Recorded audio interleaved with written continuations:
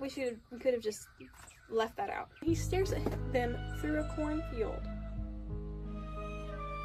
What is the point of love unless I can have the ideal?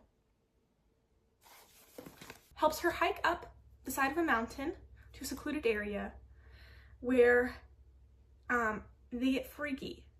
Brother, What do you think?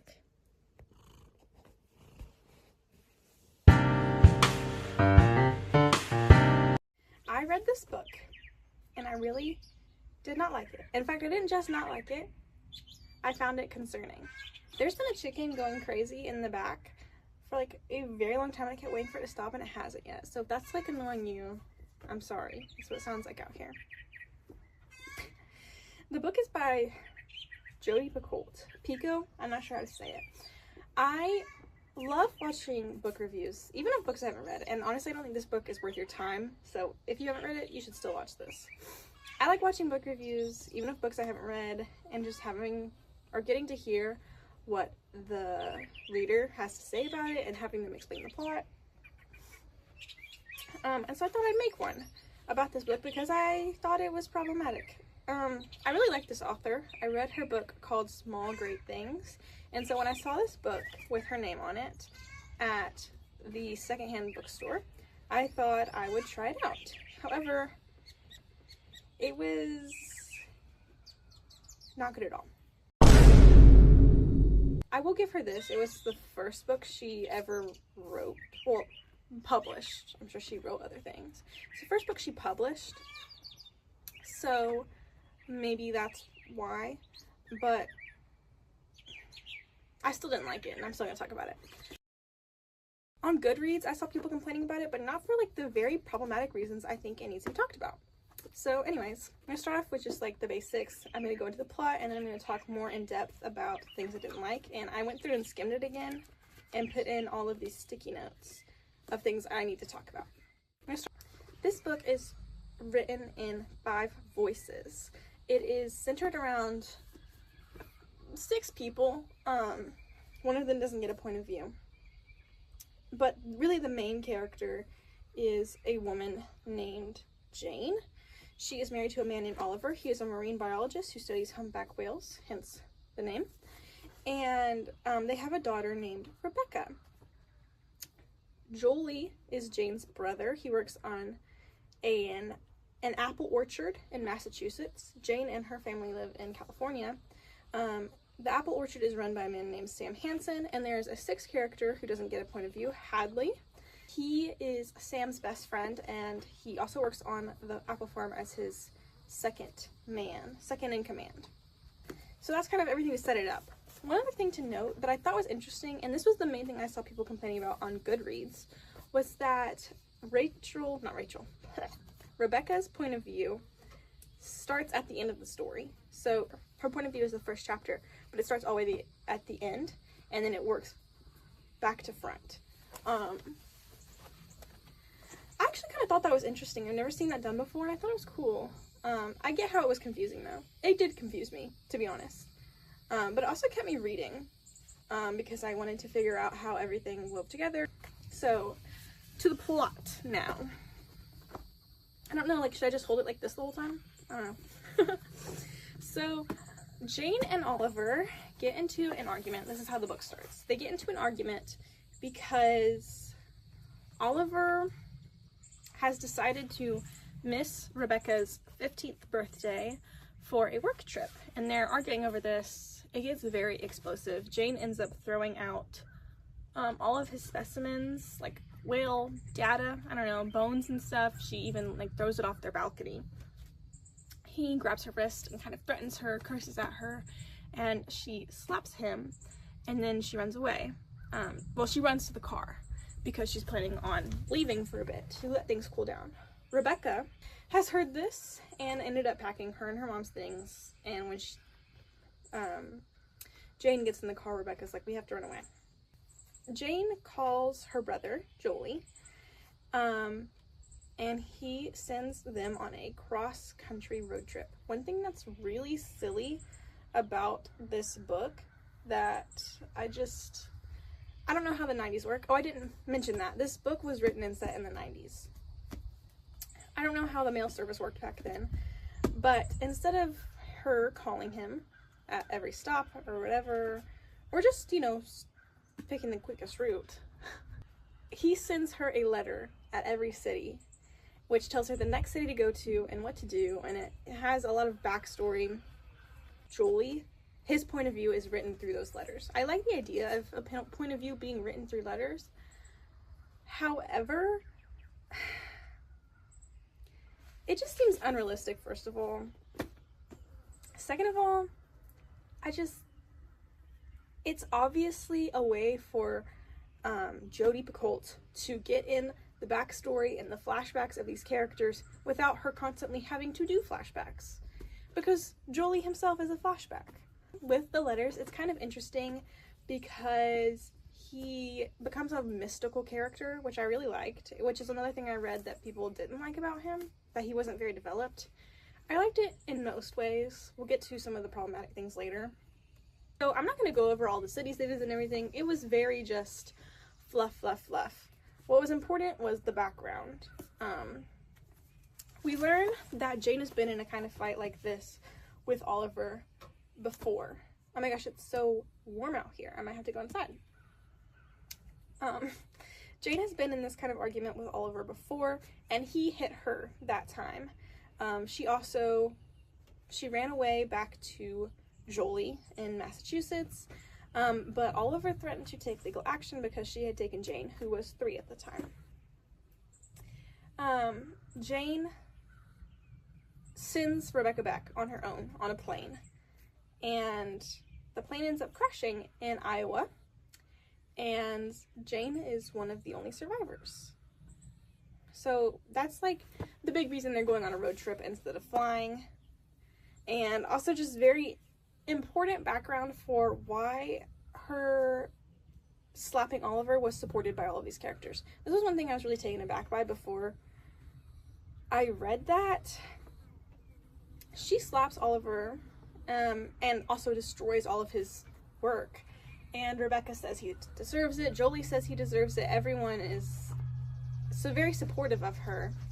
Now, knowing that flashback that he had already hit her in the past and they've had this really terrible relationship, I'm also in support of her. I just think it could have been written more simply.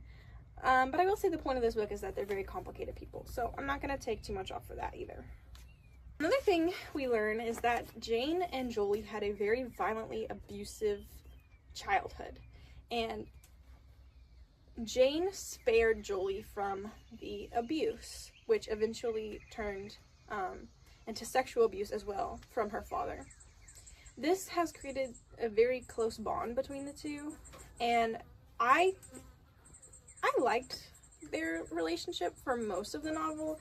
And then I have just a few things here in the back that are in Jolie's point of view once he stops the letters that I thought were just kind of,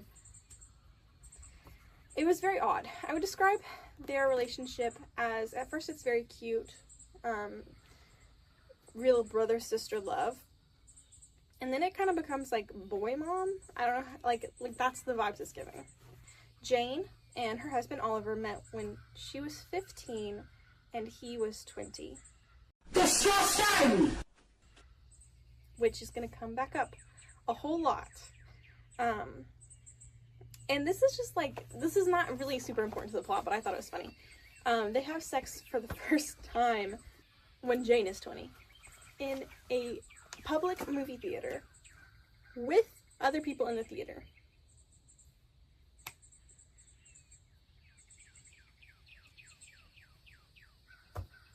That was so freaky.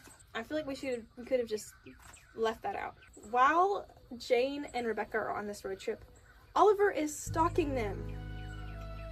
Not just going to Massachusetts, stalking their every move, figuring out what cities they're going to.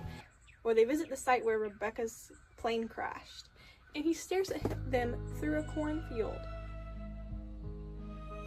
He literally cannot sleep because he misses her so bad, and he almost has an affair, but he's like, no, I love my wife.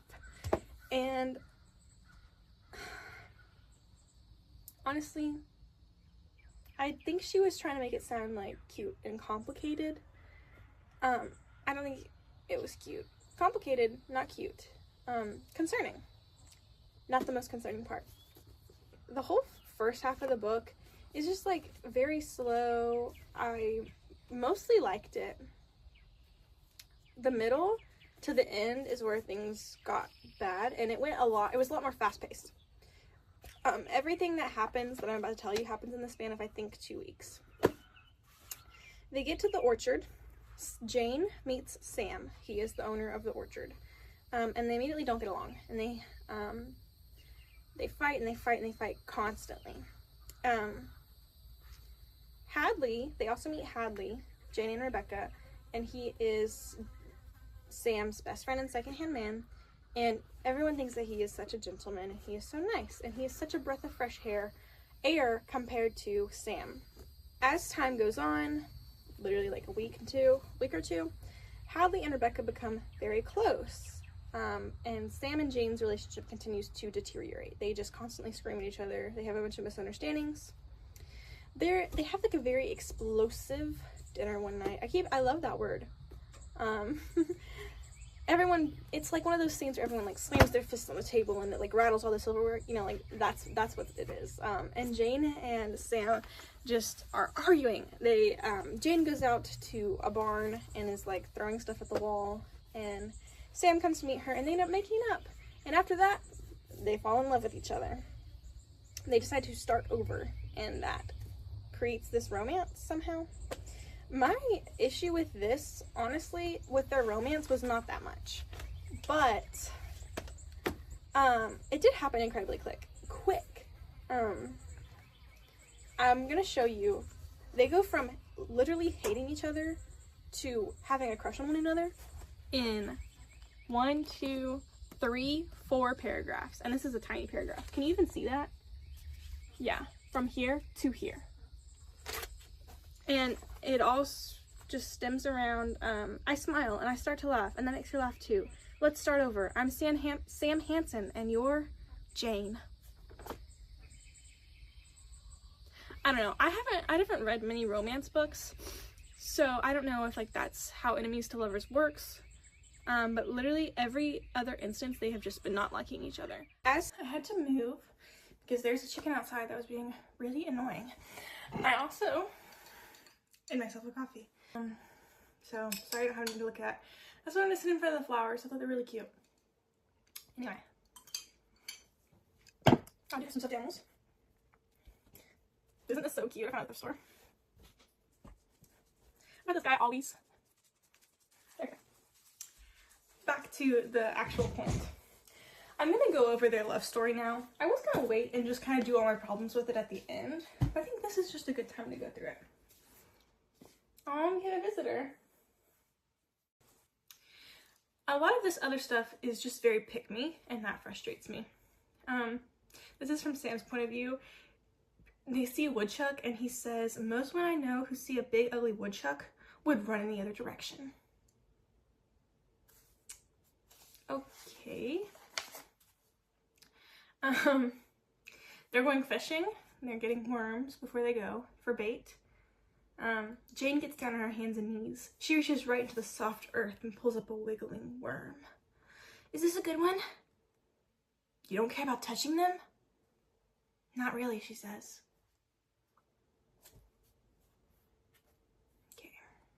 Okay, another big problem I have with this, moving on from the pick-me, is that Jane tells him about the trauma she endured, and especially the sexual trauma she endured, because they almost have sex. And this could be a really sweet moment and really show them connecting on a deeper level and the care that he has for her. However, I think Jodi Picoult just doesn't handle this well. So Jane she suddenly stops, and Sam asks her what's wrong. No, I tried to catch my breath. I cannot tell him. I haven't told anyone. But suddenly I don't want to carry it around anymore like Alice's weight. When I was little, I hear myself murmur against his skin. She doesn't say anything else. Sam holds me at arm's distance. Then I witness the most amazing thing. He is staring at me puzzled, waiting for me to tell him. about my father, but all I have to do is raise my eyes to his, look at him, really look at him, and I realize from his gaze that he isn't waiting for an explanation anymore. I know, he says then. How? My mouth forms the word, but there is no sound. I don't know how to explain it, Sam says. I can see it in you. He winces, draws back as if he has just been stricken. You were just a kid, he whispers. And then they proceed to have sex. I think, first of all, I think that's her not wanting to write out a scene about how terrible that is to tell someone about your trauma. Or make them even have a meaningful conversation and relationship about that. That includes that. I just thought that was so stupid. Why she has her start and then he just knows, and he knows it was her father, and he says she was just a kid, and it's supposed to be so beautiful, but to me I was just frustrated. This is not a beautiful moment. This is, first of all, unrealistic. Second of all, just not how this should have been handled. And then the fact that she describes in very hot details how they had sex afterwards, me personally, I just think that's really weird. If you tell someone about your sexual trauma and then immediately go into having hot, spicy sex,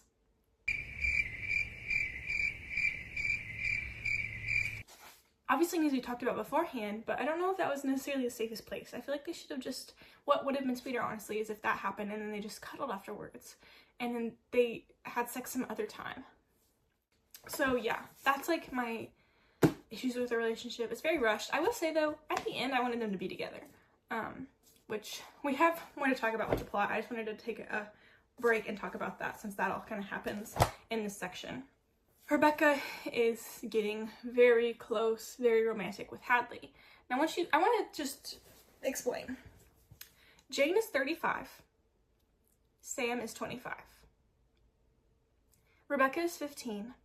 Her love interest, Hadley, is 25. Which is my biggest issue with this book. And the way that that was handled. It was handled in bad taste. It was handled poorly. And honestly, it's dangerous, in my opinion. Jolie doesn't like what's going on at all, but he's, again, like a very mystical character. His point of view really centers around Jane, and I'll go into that now too. Their relationship is a little bit concerning. Because Jolie is possessive over Jane. Now, I didn't suffer abuse as a child, thank God, so I don't know how that would bond you to your siblings. But I think the way he talks about it is weird, and I hope when I read it, you'll understand what I mean by, like, it's giving boy mom. These are all from Jolie's point of view. He's very jealous that she's with Sam. I have believed in Jane for so long, and I have loved her so. I could never find anyone that measured up to her, which is why I kept from marrying. What is the point of love unless I can have the ideal? And to me, that's very like, I'm the first woman he ever loved. You know what I mean? He's talking to Jane about her relationship with Sam. You've been with Sam for 5 days. How can you come to a conclusion in 5 lousy days? And then to himself, he says, he doesn't know you. I think I've been by your side for 30 years. I'm the one who you are tied to. I hope it's coming across what I mean by boy mom. Like, what? This is your sister. You should want her to be happy. You should want her to find a man who she loves. You should not be jealous. Talking about how you belong with her. Then he says, the day that Jane married Oliver, the day that she kissed me on the cheek and told me she was happier than she'd ever been, something happened to me. Quite concretely, I felt my chest swell and then contract, and that's when I understood that you can clearly feel a broken heart. This is a brother talking about his sister getting married, and he has a broken heart over it because she left him for her husband, and he feels the same way about Sam, by the way. Coming up to the end of the plot and my biggest issue with this, which is Rebecca, who is 15, her relationship with Sam's best friend, who also works at the orchard, Hadley, who is 25. There's like a whole lot of strife because Rebecca and Jane don't approve of each other's relationships. And Jane asks Sam to fire Hadley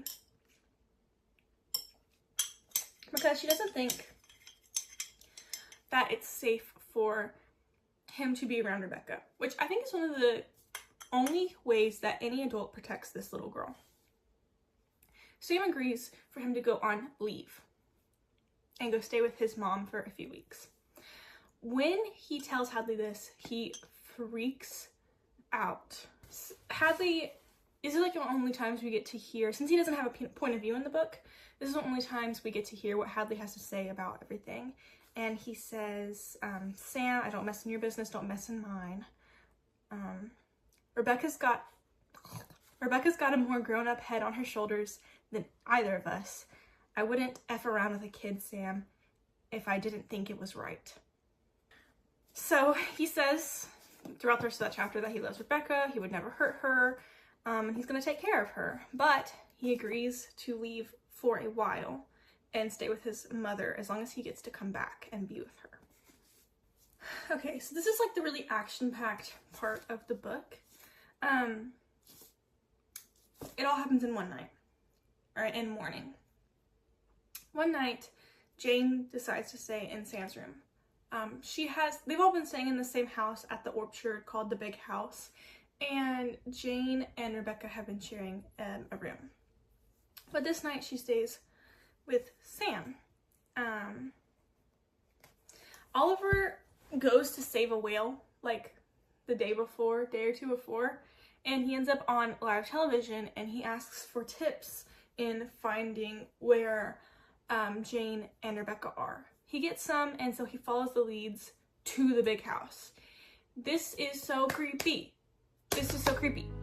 He breaks into the house and opens the door to Jane and Sam's room without waking anybody up, because he's going to surprise her. But he finds her sleeping with another man, and they're both naked. And obviously he freaks out. A fight breaks out. It wakes up Julie. Everyone's just in the room and everyone's freaking out, and then they're like, we go get Rebecca and tell her about this and bring her home. They go into her room. She's missing.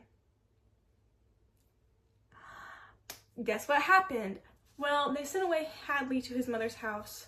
Rebecca hitchhikes to New Hampshire, where he is, finds him. He, being a 25-year-old man who should say, little girl, go home, let me call your mom, packs away some food and brings her up a mountain. By the way, on her hitchhiking journey, she almost gets raped and she contracts pneumonia. So she walks to his door, very sick, obviously, also a minor.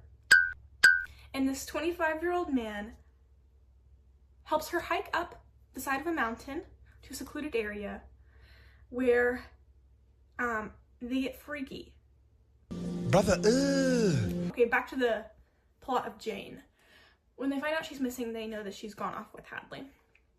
Instead of calling the police, they're like, let's go find her. So Oliver and Sam go to New Hampshire to the mom's house. Jane and Jolie stay at the house in case she comes back. They then get a park ranger to help them up the mountain the next morning. They find them scantily clothed in the woods, and they ask her to come home. She's crying. She's obviously very sick. She's running a fever. She can't stand up. She doesn't want to come home. She wants to stay with Hadley. Hadley is like, I love you, but you have to go home. He pushes her away from him because she's like grabbing onto him, and he ends up pushing himself back, and he falls off a cliff and dies. Rebecca says she wants to tear her heart out. She tries to climb down the mountain to get him. She has a lot of injuries. They take her to the hospital. They treat her for pneumonia and all the injuries she got. Jolie sneaks her out when her parents aren't there to go to Hadley's funeral. Jane decides to stay with Oliver, which is what happened last time with the plane crash. It's kind of like a callback.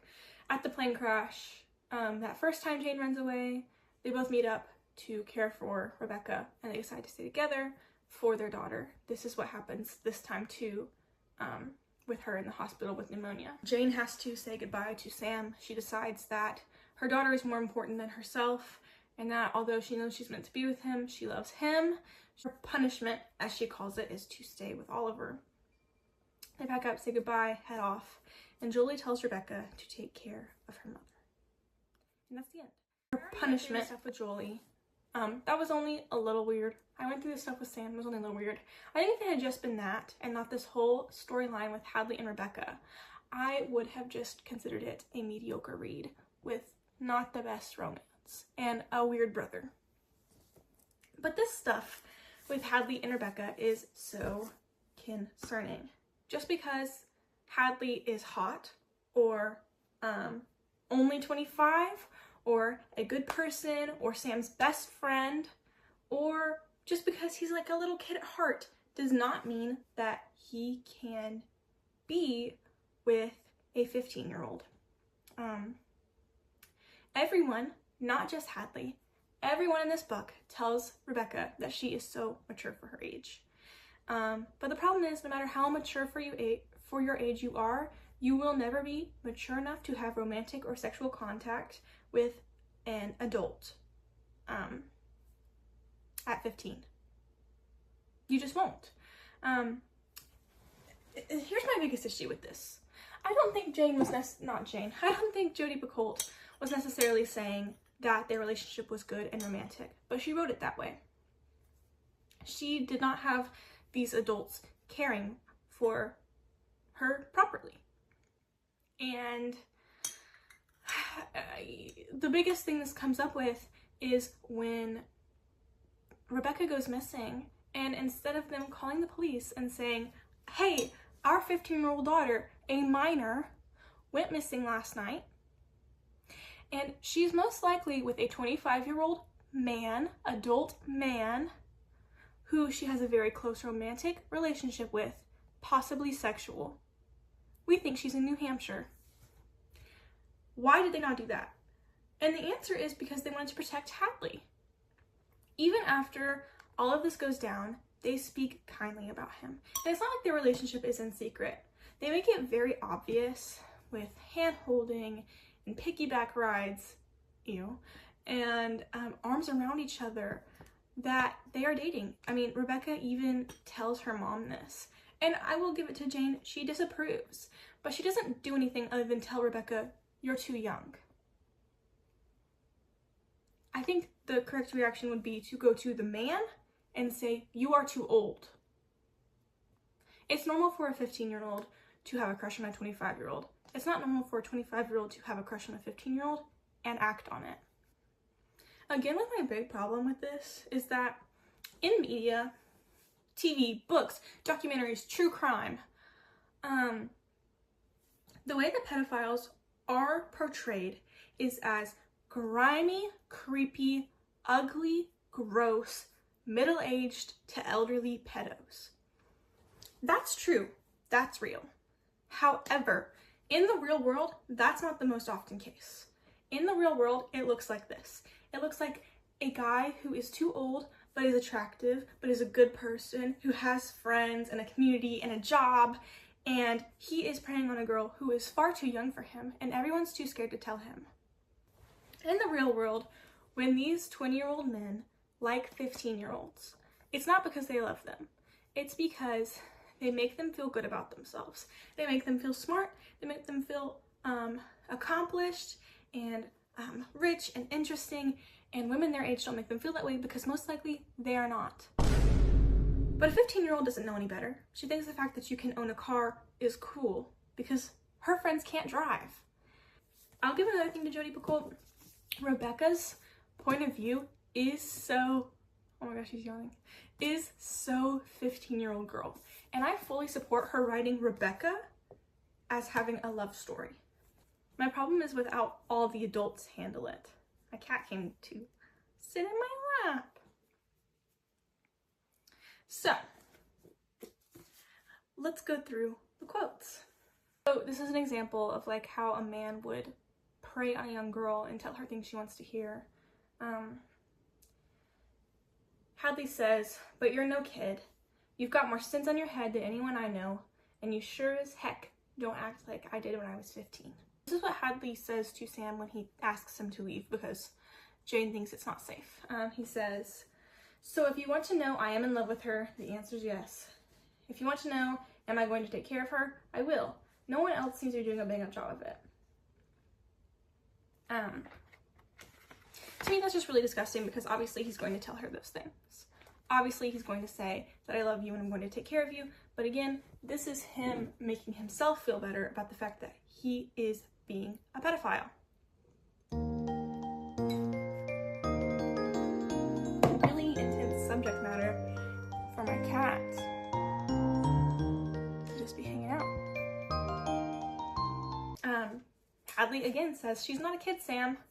He says quietly, this part, "I'm not like that." "Yes, you are." Jane, when she asks him to tell Hadley to leave because it's unsafe for Rebecca, he says, she says to him, "Have you seen them, Hadley and Rebecca? He's the same age as you, Sam. And he was practically screwing my daughter." Sam says, "Hadley wouldn't do that. Maybe Rebecca egged him on." You need to leave! Okay.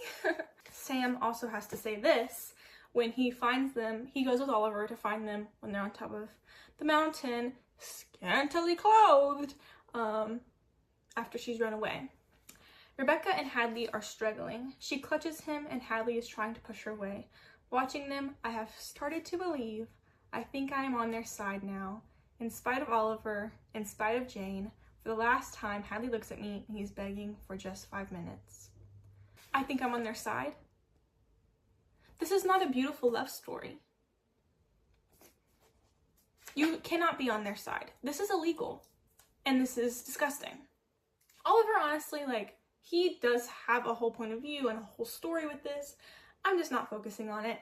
He is, I think, the only parent or the only adult who really cares about the fact that this is not okay. However, he's not a good person, and he also doesn't call the cops. So, Uncle Jolie, I love his character. He's so mystical and everything.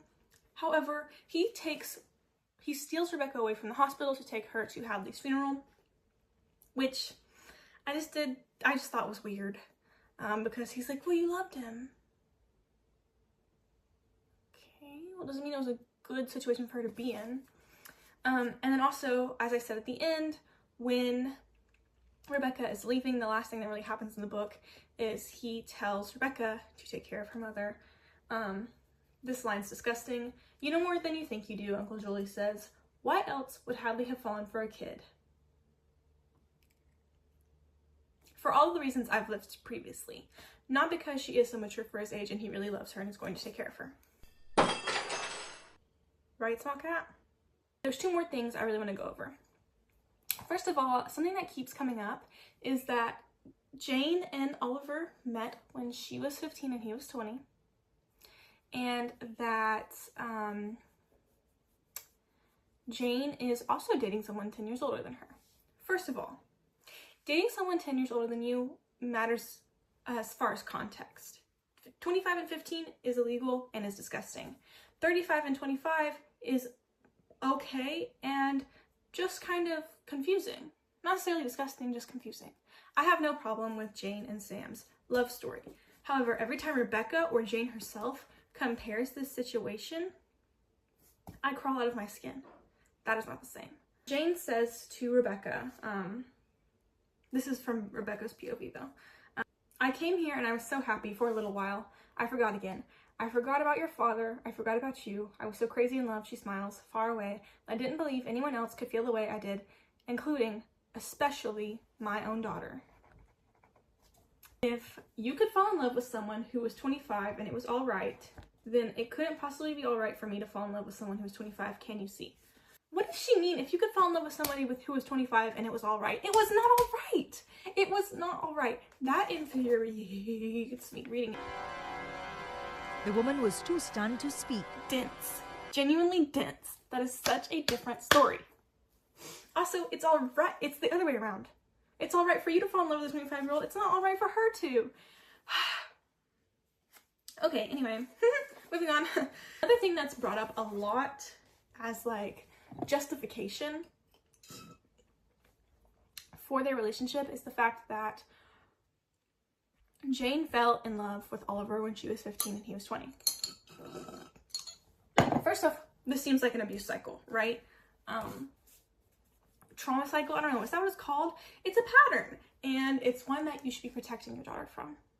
Which Jane does mention. I will give Jane and Jodi Picoult that her marriage didn't work out, that she shouldn't have done that he shouldn't have done that, really, is what I think, although she frames that as her fault.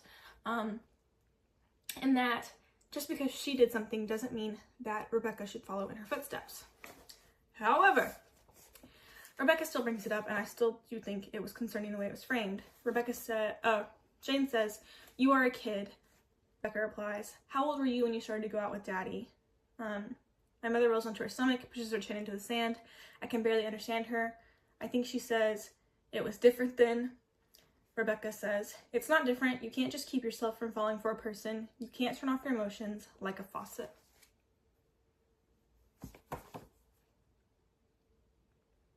Again, this is true.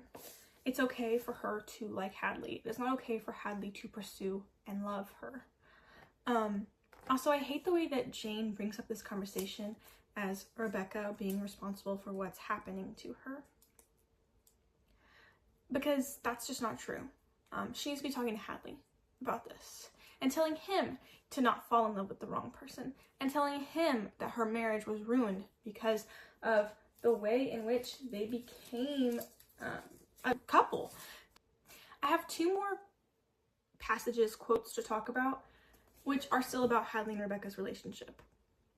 But these are more so why I think this is Jodi Picoult's fault and not just the story. I understand that this book is about complicated people. It ends in a complicated way, with Jane ending up back with Oliver, who has abused her, who has made her life terrible. It's about really deep, struggling conflict and just but really difficult emotional themes. That is okay.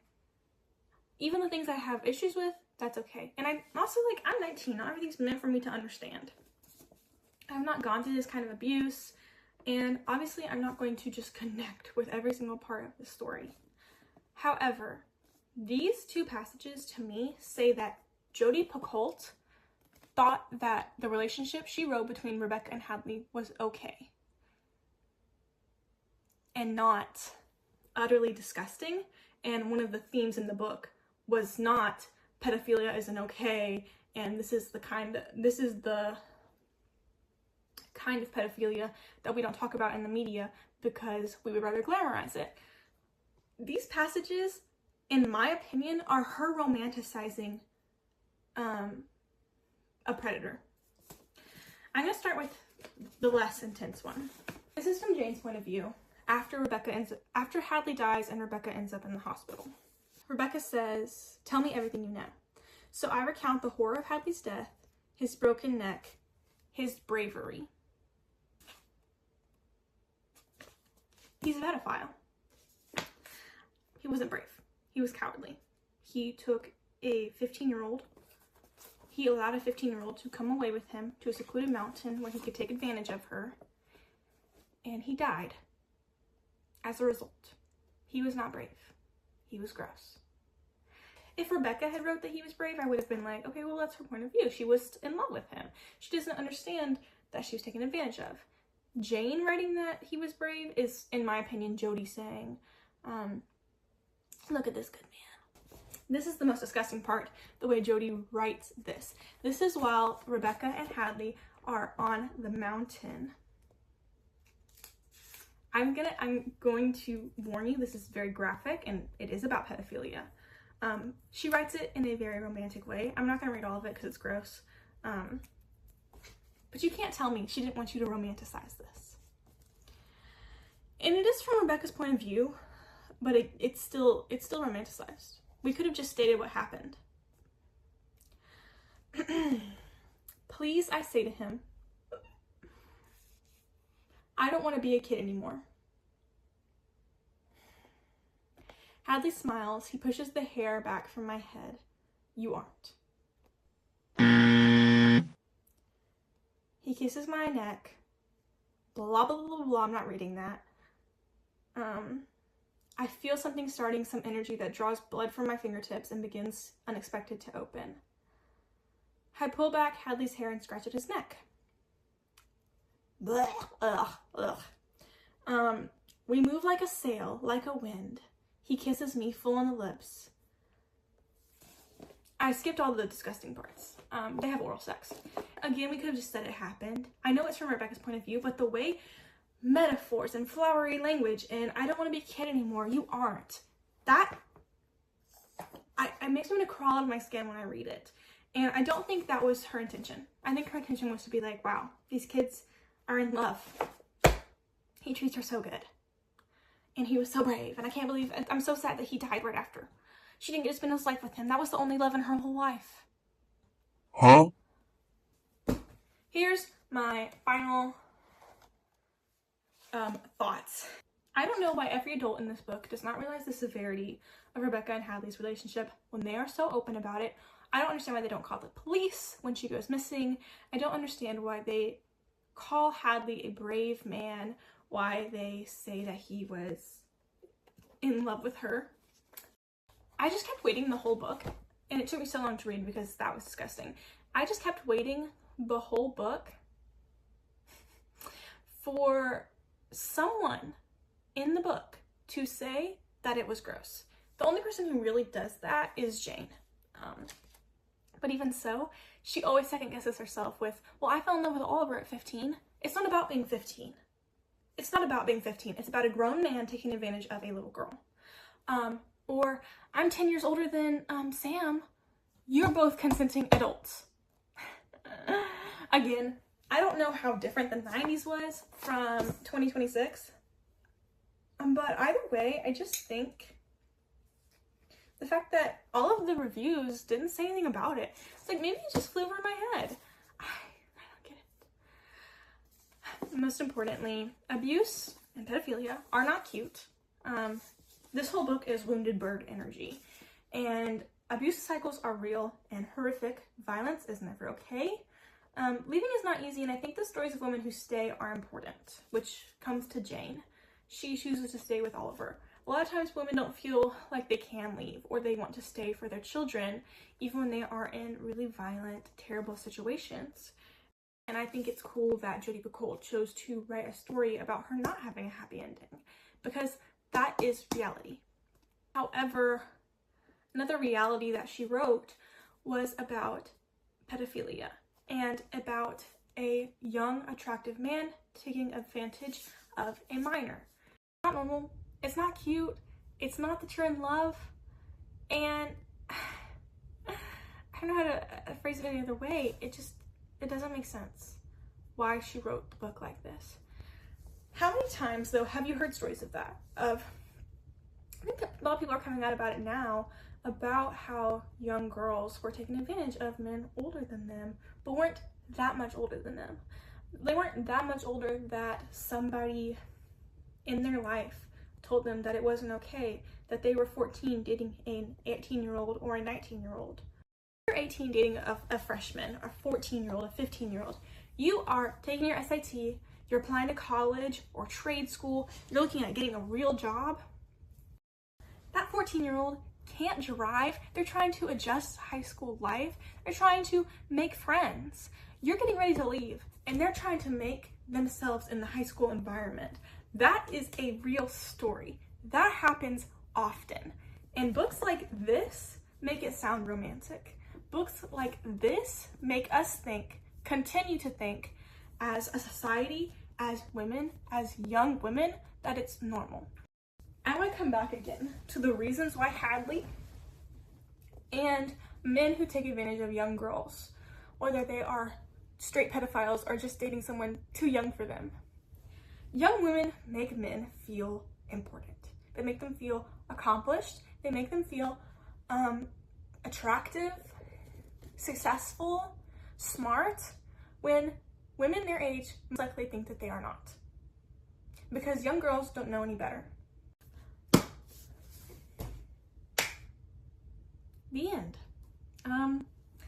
Feel free to comment if you've read this book, or if you haven't, if you just want to say something. Especially like if you want to say something about the subject matter between Rebecca and Hadley, your opinions on age gaps, on about young women getting taken advantage of older men, especially older men who aren't your stereotypical grimy old pedo. Please do. And thanks for watching. Okay, bye. What do you think?